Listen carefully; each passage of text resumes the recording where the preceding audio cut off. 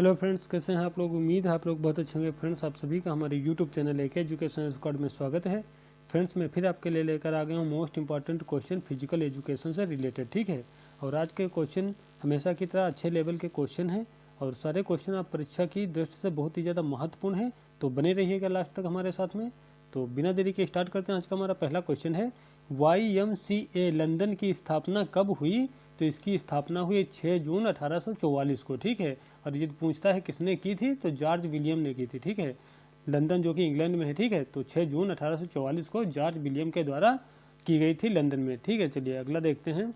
YMCA Madras की स्थापना कब हुई है। तो इसकी स्थापना हुई है 1920 में और करी किसने है, HC बक ने। ठीक है, HC बक ने यानी बक ने, हैरी क्रो बक ने की थी। ठीक है, क्या है, हैरी क्रो बक ने की थी 1920 मद्रास, चेन्नई मद्रास में। ठीक है, और इसका जो फुल फॉर्म होता है क्या होता है, यानी यंग मैन क्रिश्चियन एसोसिएशन इसका फुल फॉर्म होता है। ठीक है, याद रखिएगा।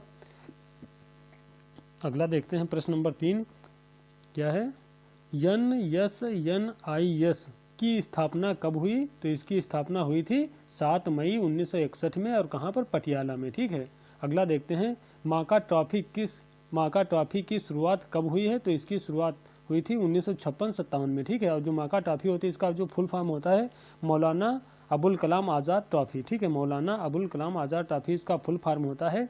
और ये यदि पूछ ले किसे दी जाती है, तो ये दी जाती है विश्वविद्यालय यानी यूनिवर्सिटी को दी जाती है। ठीक है, विश्वविद्यालय को यह ट्रॉफी दी जाती है। और किस विश्वविद्यालय को दी जाती है, जो वर्ष भर सर्वश्रेष्ठ खेल प्रदर्शन करती है, जो भी विश्वविद्यालय या यूनिवर्सिटी, उस विश्वविद्यालय को माका ट्रॉफी दी जाती है। और इसके अंतर्गत क्या दिया जाता है, 15 लाख रुपए दिए जाते हैं। ठीक है, जो सम्मान स्वरूप धनराशि दी जाती है, वो जो पहले स्थान पर विश्वविद्यालय जो होता है उसको 15 लाख रुपए, जो दूसरे स्थान पर विश्वविद्यालय रहता है उसको 7.5 लाख रुपए। ठीक है, और जो तीसरे स्थान पर रहता है उसको 4.5 लाख रुपए दिए जाते हैं। ठीक है, यानी वह विश्वविद्यालय जो वर्ष भर सर्वश्रेष्ठ खेल प्रदर्शन करता है, पहले स्थान पर रहता है, उसको 15 लाख रुपए दिए जाते हैं।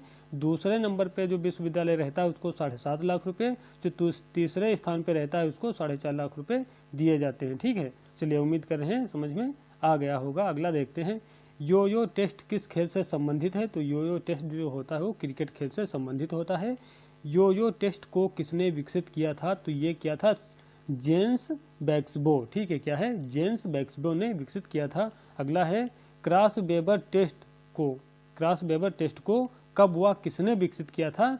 तो क्रॉस वेबर टेस्ट को विकसित किया था हंस क्रॉस व सोंजा वेबर ने, और कब किया था, 1954 में। ठीक है, हंस क्रॉस और सोंजा वेबर ने किया था विकसित, कब, 1954 में। ठीक है, अगला देखते हैं, JCR टेस्ट कब, यहाँ पे वाह होना चाहिए। ठीक है, वाह, JCR टेस्ट कब व किसने विकसित किया था। तो BE फिलिप्स ने विकसित किया था 1947 में। ठीक है, JCR जो टेस्ट है इसको कब व किसने विकसित किया था। तो BE फिलिप्स ने विकसित किया था 1947 में। अगला देखते हैं, ऑफर्ड टेस्ट।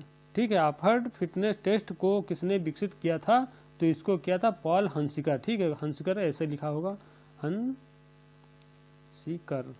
हंसिकर। ठीक है, इस तरीके से पॉल हंसिकर। ठीक है, क्या, पॉल हंसिकर इनका इस तरीके से नाम लिखा जाएगा। ठीक है, पॉल हंसिकर। ठीक है, यहाँ पे इस तरीके से पॉल हंसिकर इनका नाम है पूरा। ठीक है, तो ऑफर्ड जो टेस्ट था इसको किसने विकसित किया, पॉल हंसिकर ने 1958 में विकसित किया था। अगला देखते हैं प्रश्न नंबर 10, पहला फीफा विश्व कप कब व कहाँ खेला गया। तो पहला फीफा विश्व कप जब खेला गया था तो 1930 में खेला गया था उरुग्वे में। ठीक है, और विजेता कौन रहा था, उरुग्वे ही विजेता रहा, यानी जिसने मेजबानी ली थी उसी ने विजेता रहा। ठीक है, 1930 उरुग्वे में खेला गया, उरुग्वे ही विजेता रहा था। और उप विजेता की बात करी जाए तो अर्जेंटीना रहा था। ठीक है, अगला है प्रश्न number 11, Prince of Wales cup, Rider cup, Walker cup, Dunhill cup. ठीक है, क्या, डन हिल कप और कनाडा कप, ये सभी जितने भी कप हैं। ठीक है, ये सभी जितने भी कप हैं ये किस खेल से संबंधित हैं, आपने बताना है। ठीक है, तो ये सभी किससे, गोल्फ से संबंधित है। ठीक है, कौन कौन से हैं, Prince of Wales cup, Rider cup, Walker cup, Dunhill cup, Canada cup. ठीक है। ये सभी कप किस खेल से संबंधित है? ये सभी गोल्फ से संबंधित हैं। अगला देखते हैं, इंदिरा गांधी अंतर्राष्ट्रीय स्वर्ण कप, ठीक है, Dhyanchand cup, Rene Frank trophy और Scindia gold cup, lady Ratan Tata trophy, यानी ये सभी ट्रॉफियाँ किस खेल से संबंधित हैं? तो ये सभी हॉकी से संबंधित हैं। ठीक है, एक बार रिपीट कर देता हूँ, इंदिरा गांधी अंतर्राष्ट्रीय स्वर्ण cup, Dhyanchand cup, Rene Frank trophy, Scindia gold cup, lady Ratan Tata trophy, यानी ये सभी ट्रॉफियाँ किस खेल से संबंधित हैं? ये सभी हॉकी से संबंधित हैं। अगला देखते हैं, खो खो खेल की शुरुआत किस देश से मानी जाती है? तो ये हमारे भारत देश से मानी जाती है और उसमें महाराष्ट्र राज्य में जो पुणे है वहाँ से इसकी शुरुआत मानी जाती है। ठीक है, अगला देखते हैं, खो खो खेल में शब्द खो का अर्थ होता है, तो खो का अर्थ होता है जाओ और पीछा करो। ठीक है, जाओ और पीछा करो। अगला देखते हैं, free style stroke, back stroke, butterfly stroke, breast stroke, ये सभी स्ट्रोक किस खेल से संबंधित हैं? कहने का मतलब यही है कि ये शैलियाँ हैं तैरने की, जो तैरना होता है स्विमिंग। ठीक है, स्विमिंग की ये मतलब प्रकार होते हैं, स्टाइल होती हैं, किस किस स्टाइल से या किस किस प्रकार से मतलब तैराक जो है तैर सकता है। ठीक है, तो ये तैरने के तरीके हैं। ठीक है, उनको नाम दिया गया है। ठीक है, क्या है? पहला क्या है? Free style. ठीक है, फिर है बैक स्ट्रोक, फिर है बटरफ्लाई स्ट्रोक, फिर है ब्रेस्ट स्ट्रोक। ठीक है, ये सभी तैरने के तरीके हैं, तो इसीलिए ये तैराकी से संबंधित हैं। ठीक है, याद रखिएगा, ये तैरने की सभी शैलियाँ हैं। अगला देखते हैं, मैकडोनाल्ड सोकर टेस्ट व मिशेल मैकडोनाल्ड टेस्ट। ठीक है, क्या है? मैकडोनाल्ड सोकर टेस्ट है और दूसरा क्या है? मिशेल मैकडोनाल्ड टेस्ट किस खेल से संबंधित हैं? तो ये फुटबॉल खेल से संबंधित होते हैं। फुटबॉल खेल के अंतर्गत टेस्ट किए जाते हैं। ठीक है, अगला देखते हैं, राजीव गांधी खेल रत्न पुरस्कार के अंतर्गत सम्मान स्वरूप धनराशि कितनी दी जाती है? ठीक है, कहने का मतलब यही, जो राजीव गांधी खेल रत्न पुरस्कार है, जिसे हम मेजर ध्यानचंद खेल रत्न पुरस्कार कहते हैं वर्तमान में। ठीक है, पहले इसका नाम क्या था? राजीव गांधी खेल रत्न पुरस्कार, लेकिन अब प्रेजेंट टाइम में क्या है, इसका नाम बदलकर क्या रख दिया गया है? मेजर ध्यानचंद खेल रत्न अवार्ड रख दिया गया है। तो वही बताना है कि वर्तमान में इसमें कितनी सम्मान स्वरूप धनराशि दी जाती है। तो इसमें 25 लाख रुपए दी जाती है। ठीक है, 25 लाख रुपए दी जाती है। और ये पूछता है कि इसकी राजीव गांधी खेल रत्न जो अवार्ड है, इसकी शुरुआत कब से हुई है? तो 1991-92 से हुई है। ठीक है, 1991-92 से हुई है और इसके अंतर्गत कितने रुपए देते हैं? 25 लाख रुपए सम्मान स्वरूप राशि दी जाती है। ठीक है, और ये सर्वश्रेष्ठ खिलाड़ी को दिया जाता है। ठीक है, अगला देखते हैं, प्रश्न नंबर 18, अर्जुन पुरस्कार के अंतर्गत सम्मान स्वरूप कितनी धनराशि दी जाती है? तो वर्तमान में बताना है। ठीक है, वर्तमान में कितनी दी जाती है? तो अर्जुन पुरस्कार के अंतर्गत 15 लाख रुपए। ठीक है, कितनी? 15 लाख रुपए दी जाती है। और ये दिया किसको जाता है अर्जुन पुरस्कार?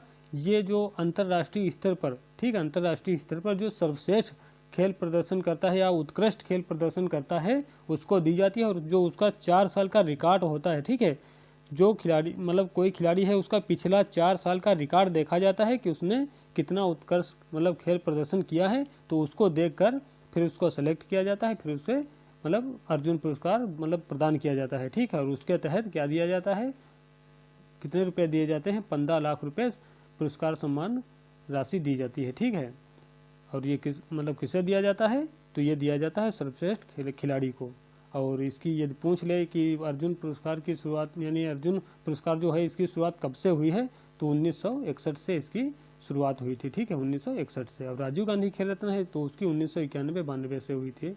और ये दिया किसको जाता है अर्जुन पुरस्कार? ये सर्वश्रेष्ठ खिलाड़ी को दिया जाता है। ठीक है, चलिए, उम्मीद है समझ में आ गया होगा। अगला देखते हैं, द्रोणाचार्य पुरस्कार के अंतर्गत कितनी धनराशि दी जाती है? तो ये दी जाती है 15 लाख रुपए और 10 लाख रुपए। ठीक है, इसमें दो इसलिए हैं क्योंकि ये कैटेगरी के हिसाब से दी जाती है। जैसे एक होती है लाइफ टाइम, ठीक है, लाइफ टाइम कैटेगरी, एक होती है रेगुलर कैटेगरी। तो लाइफ टाइम कैटेगरी में जो आते हैं, जिनको दिया जाता है, उसको 15 लाख रुपए दिए जाते हैं। और रेगुलर कैटेगरी के लिए कितने दिए जाते हैं? 10 लाख रुपए दिए जाते हैं। ठीक है, और ये द्रोणाचार्य जो पुरस्कार है, इसकी शुरुआत कब से हुई है? तो 1985 से हुई थी। ठीक है, और ये दी किसको जाते, मतलब ये द्रोणाचार्य जो अवार्ड होता है किसे दिया जाता है? तो ये दिया जाता है गुरु को, प्रशिक्षक को, जो कोच होता है उसको। ठीक है, चलिए, उम्मीद है समझ में आ गया होगा। अगला देखते हैं, ध्यानचंद पुरस्कार के अंतर्गत कितनी धनराशि दी जाती है? तो ध्यानचंद जो पुरस्कार होता है उसके अंतर्गत कितनी धनराशि दी जाती है, तो 10 लाख रुपए दी जाती है। ठीक है, 10 लाख रुपए दी जाती है। और ये जो ध्यानचंद पुरस्कार है ये वो मेजर ध्यानचंद खेल रत्न अवार्ड नहीं है। ठीक है, ये ध्यानचंद पुरस्कार अलग है। इसकी शुरुआत कब हुई थी, 2002 में हुई थी। ठीक है, ध्यानचंद पुरस्कार की जो मतलब पुरस्कार की जो शुरुआत हुई थी कब से, 2002 से हुई थी। ठीक है, और इसके अंतर्गत किसी मतलब जो मतलब ये संपूर्ण जीवन में जो अच्छा खेल प्रदर्शन किया होता है तो उसके लिए दिया जाता है, पूरे जीवन के लिए। ठीक है, पूरे जीवन में आपने किस तरीके का खेल किया है तो उसको देखकर दिया जाता है। और इसके अंतर्गत कितना दिया जाता है रुपये, सम्मान स्वरूप राशि कितनी दी जाती है, 10 लाख रुपए दी जाती है। ठीक है, तो वही कहने का मतलब यही है कि ध्यानचंद पुरस्कार जो है इसकी शुरुआत 2002 से हुई थी। ठीक है, और इसके अंतर्गत कितनी सम्मान स्वरूप राशि दी जाती है, तो 10 लाख रुपए दी जाती है। जीवन भर के खेल प्रदर्शन को देखा जाता है। ठीक है, चलिए उम्मीद है समझ में आ गया होगा। अगला देखते हैं, माका ट्रॉफी के अंतर्गत कितनी धनराशि दी जाती है, तो इसमें दी जाती है यानी जो अभी इस पर तो मैं आगे क्वेश्चन पे चर्चा कर चुका हूँ। ठीक है, जो पहले स्थान पर जो विश्वविद्यालय रहता है उसको 15 लाख, दूसरे नंबर पे 7.5 लाख, तीसरे नंबर पे 4.5 लाख रुपए दी जाती है। और माका ट्रॉफी का मतलब माका का फुल फॉर्म है, आपने बताया ही पहले कि मौलाना अबुल कलाम आज़ाद ट्रॉफी, और इसकी जो शुरुआत हुई थी 1956-57 से हुई थी। ठीक है, चलिए अगला देखते हैं, राष्ट्रमंडल खेलों की शुरुआत कब हुई थी, तो राष्ट्रमंडल जो खेल थे इनकी शुरुआत कब हुई है, 1930 हैमिल्टन कनाडा से इसकी शुरुआत हुई थी। ठीक है, किसकी, राष्ट्रमंडल खेलों की। ठीक है, अगला देखते हैं, राष्ट्रमंडल खेल 1942 और 1946 में किस कारण से रद्द कर दिए गए थे, तो ये क्या था, इसमें द्वितीय विश्व युद्ध के कारण इनको रद्द कर दिया गया था। ठीक है, जो राष्ट्रमंडल खेल 1942 में होने थे और 1946 में होने थे सॉरी 1942-1946 वाले द्वितीय विश्व युद्ध के कारण इनको रद्द कर दिया गया था, क्योंकि ये 1939 से 45 तक। ठीक है, 1939 से क्या था, 1939 से 1945 तक द्वितीय विश्व युद्ध का मतलब काल रहा था। ठीक है, यानी 1939 से 1945 तक द्वितीय विश्व युद्ध चला था, तो इसी के मतलब बीच में या आसपास पड़ गए थे क्या, राष्ट्रमंडल खेल, तो इसलिए 1942 वाला और 1946 वाले रद्द करने पड़े थे। ठीक है, और ये क्वेश्चन आ जाता है ओलंपिक से कि ओलंपिक मतलब जैसे 1916, ठीक है, 1916 और 1940 और 1944, ठीक है, इस तरीके से 1916 वाले ओलंपिक, 1940 वाले, 1944 वाले ओलंपिक जो थे ये रद्द कर दिए गए थे। ठीक है, कौन कौन से, 1916, ठीक है, 1940 और 1944, ठीक है, ये सभी 1916, 1940, 1944, ठीक है, सॉरी 44, हाँ, तो ये तीनों क्या थे, ये विश्व युद्ध के कारण रद्द कर दिए गए थे ये भी। ठीक है, तो याद रखना इसमें क्या करता है वो सभी दे देगा, ये 1916 देगा, 40 देगा, 44 देगा, और एक नहीं देगा तो इसमें से पूछ लेगा कौन सा नहीं रद्द किया गया था। ठीक है, तो ये याद रखना है आपने। ये पहले प्रथम विश्व युद्ध जो 1914 से 1918 तक पहला विश्व युद्ध चला था, तो उसमें पड़ गया था 1916 वाला ओलंपिक, इसको रद्द किया गया। फिर 40 और 44 वाले भी ओलंपिक द्वितीय विश्व युद्ध के कारण रद्द कर दिए गए थे। ठीक है, तो फ्रेंड्स यहाँ पे हमारा क्वेश्चन क्या था, 1942 1946 वाले मतलब जो राष्ट्रमंडल खेल थे किस लिए रद्द किए गए थे, तो ये द्वितीय विश्व युद्ध के कारण रद्द कर दिए गए थे। ठीक है, चलिए उम्मीद है आपने समझ गए होंगे। अगला देखते हैं, राष्ट्रमंडल खेल, ठीक है, जिसे हम कॉमनवेल्थ गेम्स भी बोलते हैं। तो राष्ट्रमंडल खेल 2022 का आयोजन कहाँ पर हुआ है, तो ये बर्मिंघम इंग्लैंड में हुआ है। ठीक है, राष्ट्रमंडल खेल 2022 का आयोजन कहाँ पर हुआ है, बर्मिंघम इंग्लैंड में हुआ है। ठीक है, अगला देखते हैं, राष्ट्रमंडल खेल 2022 में भारत के किस राज्य से सर्वाधिक खिलाड़ियों ने भाग लिया था, तो भारत के राज्य हरियाणा, ठीक है, हरियाणा राज्य से सर्वाधिक खिलाड़ियों ने भाग लिया था। और कुल कितने खिलाड़ी हरियाणा से भेजे गए थे, 38। ठीक है, अगला देखते हैं प्रश्न नंबर 26, खेलो इंडिया यूथ गेम्स की शुरुआत कब हुई, तो इसकी शुरुआत हुई थी 2018 में, और कहाँ से, नई दिल्ली से। ठीक है,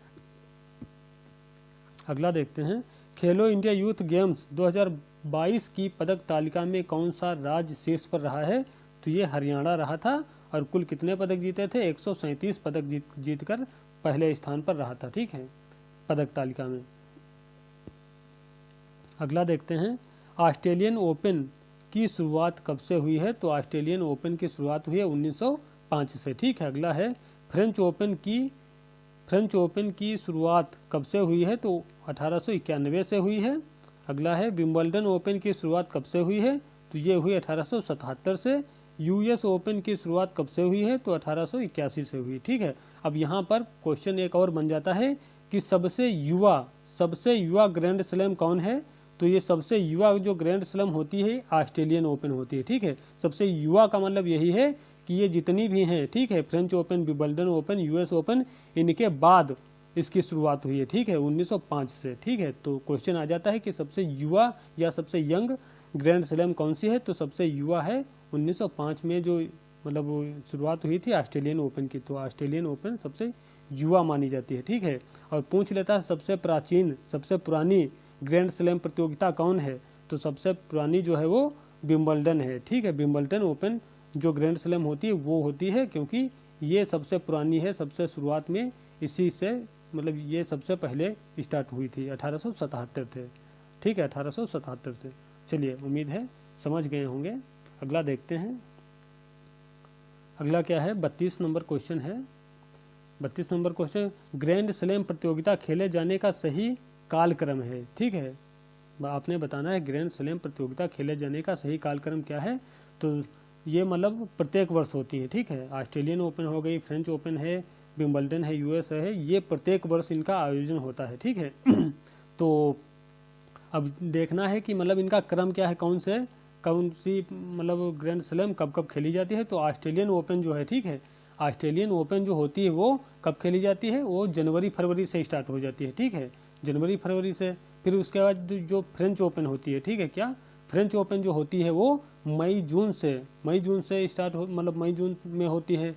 फिर विंबलडन ओपन होती है। ठीक है, कौन सी? विंबलडन ओपन जून जुलाई में आयोजित होती है प्रत्येक वर्ष। फिर होती है यूएस ओपन, ये अगस्त और सितंबर में आयोजन होता है। ठीक है, तो कहने का मतलब है, अब यहाँ से क्वेश्चन क्या बनता है कि मतलब वर्ष के स्टार्टिंग में कौन सी ग्रैंड स्लैम का आयोजन होता है। ठीक है, वर्ष के स्टार्टिंग में किस ग्रैंड स्लैम का आयोजन होता है? तो ऑस्ट्रेलियन जो होती है। ठीक है, ऑस्ट्रेलियन ओपन का वर्ष के स्टार्टिंग यानी जनवरी फरवरी में ही स्टार्ट हो जाती है। तो वर्ष के प्रारंभ में मतलब किस ओपन का मतलब शुरुआत होती है? ऑस्ट्रेलियन ओपन की। ठीक है, और यही क्वेश्चन बन जाता है कि वर्ष के लास्ट में या वर्ष के अंत में कौन सी ओपन या ग्रैंड स्लैम प्रतियोगिता होती है? तो यूएस ओपन होती है। ठीक है, वर्ष के स्टार्टिंग में ऑस्ट्रेलियन ओपन, वर्ष के अंत में यूएस ओपन का आयोजन होता है। और ये सारी जो प्रतियोगिताएं होती हैं इनको ग्रैंड स्लैम बोला जाता है। ठीक है, तो चलिए फ्रेंड्स, उम्मीद करें हैं समझ में आ गया होगा। क्वेश्चन भी काफ़ी अच्छे लेवल के थे। तो यदि अभी भी हमारे चैनल पे नए हैं, चैनल को सब्सक्राइब नहीं किया है, तो प्लीज़ सब्सक्राइब कर लीजिए, क्योंकि आपके सहयोग की बहुत ज़्यादा ज़रूरत है दिल से। तो चलिए फ्रेंड्स, मिलते हैं कल फिर अगले वीडियो में। तब तक के लिए जय हिंद, जय भारत।